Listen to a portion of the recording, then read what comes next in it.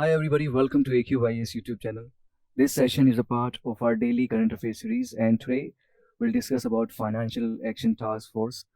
First, let me tell you why we are talking about FATF today. It is about Pakistan again, and Pakistan has been retained in the grey list, which is not something new. We were expecting this thing, it was likely to happen, and you must be saying to yourself, sir, tell us something new. This is something which everyone was expecting. But and this is not the focus point of today's session. The focus point is something else. It is about the new entry in the grey list. So, Turkey, which is an ally of Pakistan, has joined Pakistan in the grey list. So, this is the focus point of today's session. And it is indeed an interesting development. Why? Because Pakistan and Turkey, they both have same interest. They stand at the same ideological front. So it's like birds of same feather flock together. This is the situation right now. So as far as the Pakistan is concerned, they haven't been able to meet the criteria. They haven't been able to execute the plan which was suggested by the FATF.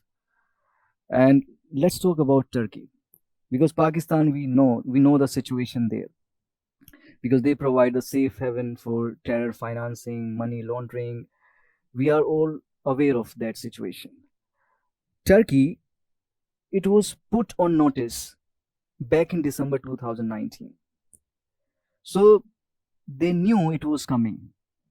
This declaration, it is merely a formality apparently, because Turkey hasn't been able to prevent the crimes related to money laundering and terror financing. In fact, prosecutors in Turkey, they do not take the crimes related to money laundering and terror financing seriously. And they haven't been, I'm talking about the Turkey, they haven't been able to seize the assets related to money laundering and terror financing. So this is the situation in Turkey, and they need a strong, a robust mechanism against money laundering and terror financing. So this is an interesting development. I thought you should know about it. Along with this development, one more important fact, that Jordan and Mali, these two countries have been included also in grey list. Now, let's try to know a little bit about Financial Action Task Force, because that's important for your examination. Now, this FATF, it is an intergovernmental body.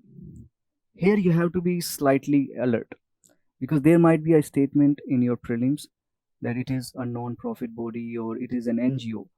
So here you have to be slightly cautious that it is an intergovernmental body. So it was formed during G7 summit. Again, this is also important. Why? Because the statement might be that it was formed during G20 summit. So here you have to be very attentive that it was formed during G7 summit in 1989. Okay, and we'll all know that it has two lists, grey list and black list. Okay, so if a country is in blacklist, it means this country is providing safe haven for terror financing and money laundering, and there is no robust mechanism against terror financing and money laundering. Okay, and once a country is in grey list, it means it is a warning that you might be put in blacklist soon. And once a country is put in blacklist, it means that particular country is a non-cooperative country. Okay, it means that country is supporting terror financing, that country is supporting money laundering. Okay, so right now Pakistan is in grey list, and now the new entry is Turkey, and do not forget about Jordan and Mali as well.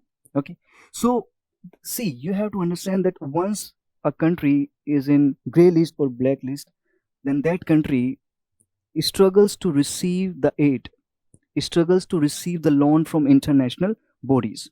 So international bodies like IMF, Asian Development Bank, World Bank, these international bodies, they refrain from lending the loan, they refrain from lending the money. So this is the issue once you are on gray list or blacklist. Okay, so all these points I wanted to discuss. Just remember, it was formed during G7 summit in 1989. It has 37 members. India is one of its members. Okay, and it is an intergovernmental body. So all these points are important for your examination. So if you have liked this session, if you have found it useful, then subscribe our YouTube channel for more such videos. You can follow our social media platforms for daily current affairs content, because we provide daily current affairs content on our various social media platforms. And if you have any suggestions, you can mention in the comment section. So that's all for today's session. I'll see you in the next session soon. Bye bye. Take care. Thank you very much.